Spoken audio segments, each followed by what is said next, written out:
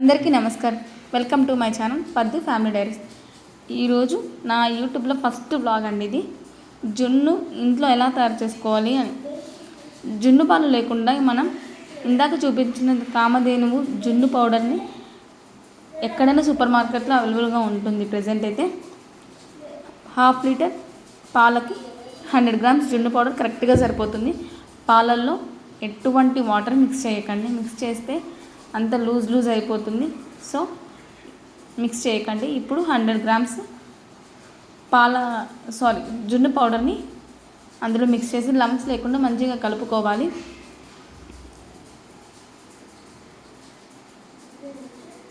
ఇలా స్పూన్తో బాగా కలుపుకోవాలన్నమాట. 2 to 3 minutes కలుపుకోవాలి.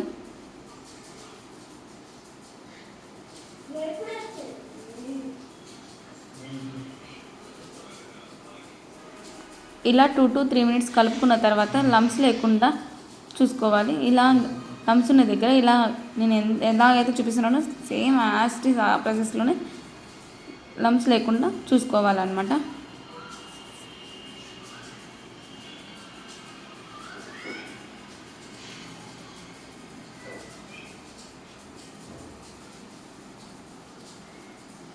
ఇప్పుడు ఇందులోనే 1/2 లీటర్ పాలకి 100 గ్రామ్స్ బెల్లం సరిపోతుంది.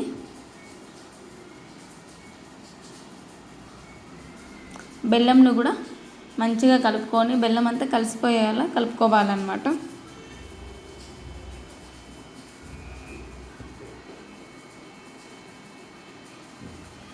ఇలా 2 to 3 minutes బెల్లం అంతా కరిగించాక ఇందులో 1 టేబుల్ స్పూన్ ఇలాచీ పౌడర్,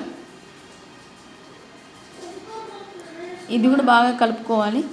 తర్వాత ఇందులో మెయిన్ ఇంగ్రీడియంట్ అందరికీ తెలిసింది, జున్ను పాలల్లో కొంచెం మిరియాల పొడి వేస్తే సూపర్ టేస్ట్ ఉంటుంది.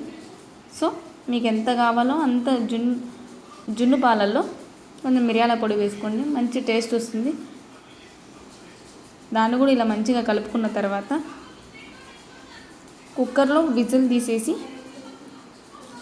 అందులో వాటర్ పోసుకోవాలి.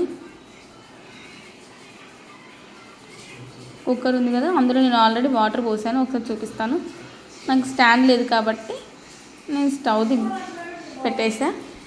ఇప్పుడు దాంట్లోని బౌల్ పెట్టేసి మూత పెట్టేసి